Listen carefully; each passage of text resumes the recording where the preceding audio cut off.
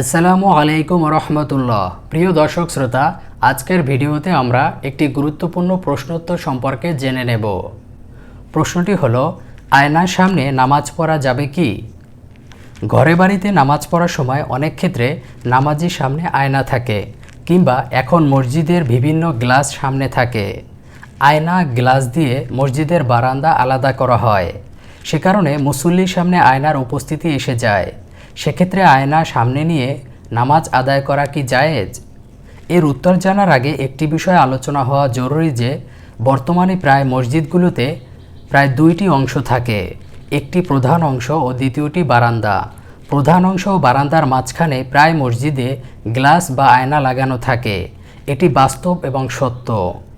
এতে বারান্দায় নামাজ আদায় করলে নিজ প্রতিবিম্ব দেখা যায়, অথবা কোনো আয়নার সামনে দাঁড়িয়ে নামাজ আদায় করলেও সেখানে নিজেকে দেখা যায়। সেই হিসেবে স্বাভাবিকভাবেই প্রশ্ন আসে, আয়নার সামনে দাঁড়িয়ে নামাজ পড়লে কি নামাজ আদায় হবে? এর উত্তর হলো, নামাজে থাকাকালীন সময়ে যদি আয়নার দিকে চোখ একদম না ফিরানো হয়, বরং নিচের দিকে তাকিয়ে নামাজ আদায় করা হয়, অথবা হঠাৎ চোখ পড়লে সঙ্গে সঙ্গে ফিরিয়ে নেওয়া হয়, তাহলে নামাজে কোনো সমস্যা হবে না।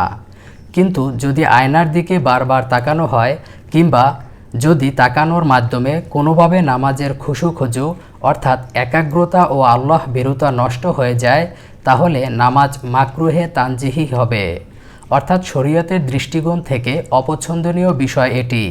তবে এতে নামাজ ফাসিদ হবে না, অর্থাৎ নামাজ ভেঙে যাবে না। আশা করি বিষয়টি বুঝতে পেরেছেন।